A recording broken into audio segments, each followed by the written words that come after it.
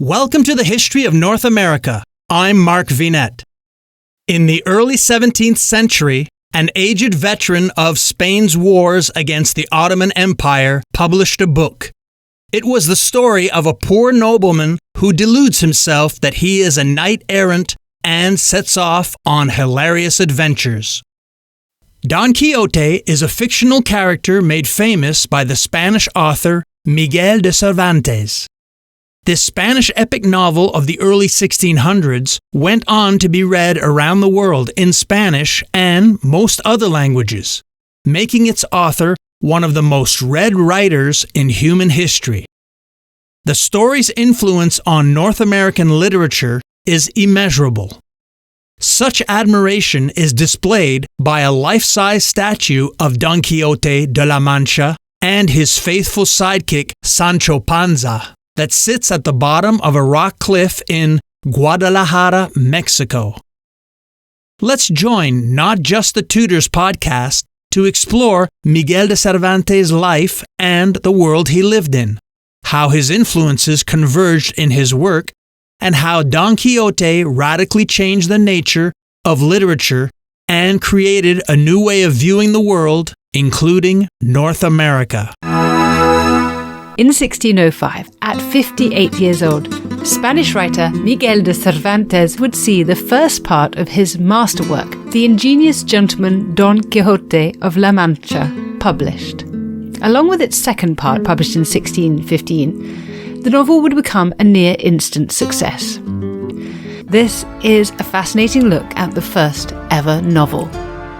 Professor Egginton, the character of Don Quixote is inspired by Cervantes' own disappointment, his own regret, but he's channeling that into this amazing literary character. Yeah, into this character whose great comic moments often happen precisely when he's misinterpreting the world. So what Don Quixote does that's different, and this goes to the heart of what I say was required for something like what we understand to be fiction, to be invented, to be created, to become as powerful as it was today, is that Don Quixote is not a book that simply takes accurate snapshots or pictures of the world. What it does is it takes pictures of how people picture the world, and then it compares those. And that, by necessity, leads to explorations of where people get things wrong, how we go about getting things wrong. But in order to create that series of images to compare, using words to do so, it necessarily produces what we now, as readers and experiencers of modern fiction, experience as character depth. Experience as moments of blindness, where we can see the way a character sees and experience the horizons of that character's inability to understand the situation that he's gotten or she's gotten herself into, and at the same time divide ourselves and can see from a different perspective,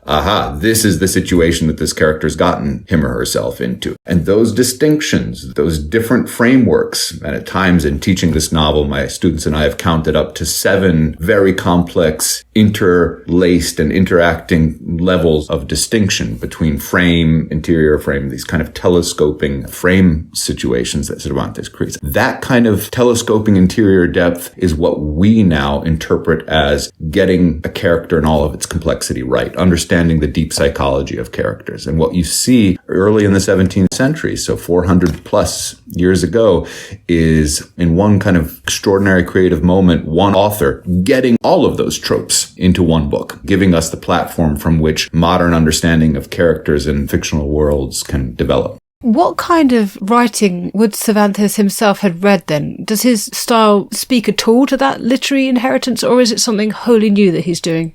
It's absolutely a work of synthesis, a work of reflection. He was an absolute polymath when it came to reading. As far as we can tell, somewhat of an autodidact. He definitely got some schooling as the child in an itinerant family looking around in this kind of newly expansive economy of Spain in the middle of the 16th century. He knew the plays of Terence. He definitely learned Latin, the Commedia dell'arte from Italy. He had read all of the works of popular fiction that Don Quixote is ostensibly there to skewer, which are the romances of chivalry. He knew all of those by heart. So he knew the popular literature of his time. He knew the theater, which was the most important innovation in Spain culturally. This was in one century or in less than a century what had been a courtly, highly what we would consider to be very stilted entertainment. And on the other, a popular kind of raucous form of street entertainment. These had come together to form a popular theater that had penetration of up to 90% of the urban population going to theaters that were set up. Unlike in case of England, these were really not constructed, but rather pieced together from interior courtyards in cities, so that relatively wealthy people with their apartments would sell to other wealthy people the front rows from their windows to look out into the courtyard to see what was created, and then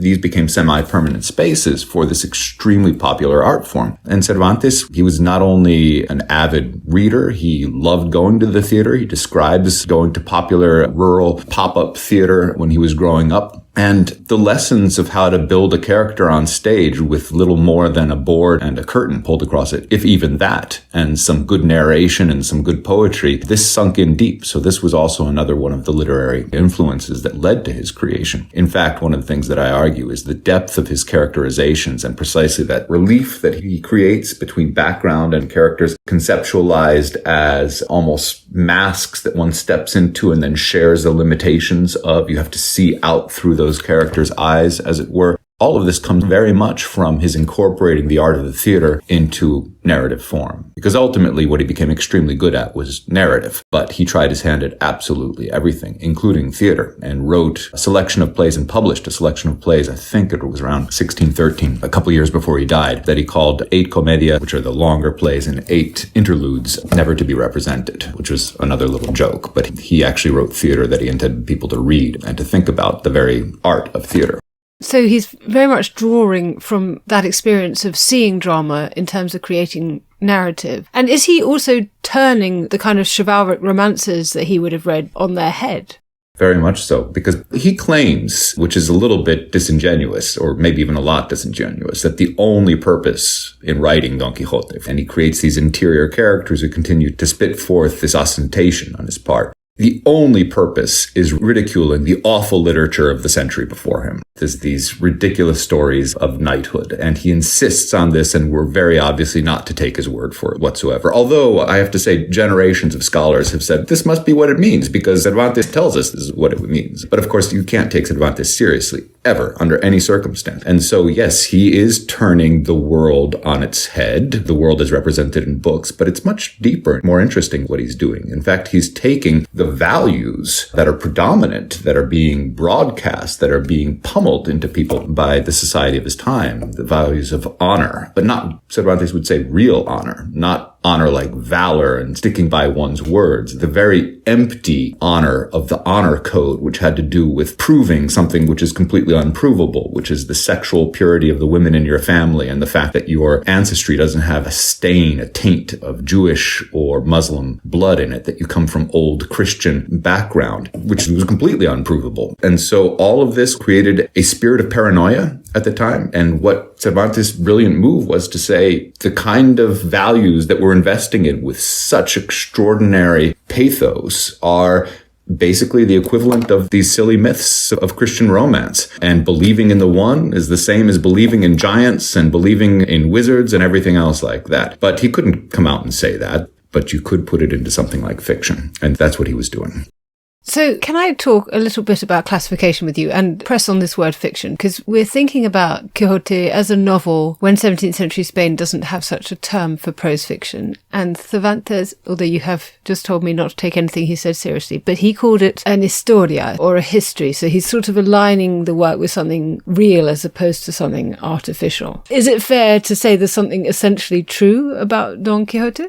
I think Cervantes knew that there was something essentially true about it, but he is, of course, just as you're indicating in your question, he's playing games with the distinctions between history, historia, which is in Spanish telling a story, una historia, but history also means our word for history, historia. And he, in very famous passages that, in fact, years or centuries later, Jorge Luis Borges will also borrow and make fun of in his own book about a man who tried to rewrite the Quixote verbatim without ever actually copying it. Pierre Menard, author of the Quixote, The passages that Borges compares are ones in which Cervantes is precisely playing that distinction between history, something else, poetry, which would be the opposing term in Aristotle's Poetics, which Cervantes, of course, knew very well, and something new that's coming out of this mixture, this fusion between the truth of history and what Aristotle had called the kind of deeper, greater philosophical truths of something like poesis. Because that's what Aristotle wrote, and that's what in the translations and commentaries of Aristotle came through ultimately to Cervantes, is that history tells facts the way they occurred. Poetry doesn't necessarily correspond to something that really happened per se, but has the potential of telling a greater truth. And what Cervantes is doing is, by when he says, everything that you're reading here is absolutely true, and yet puts those words in the mouth of a character who is absolutely and obviously not a real character. What Cervantes is doing is getting to something new, which is fiction, a kind of truth you could call a subjective truth, a truth about how characters inhabit the world and inhabit their own perspectives on the world, and necessarily over and over again fall into both disputes with other characters interpreting the world who have different experiences, but also over and over again get their ideas about the way reality should be founder on the shoals of how reality actually is.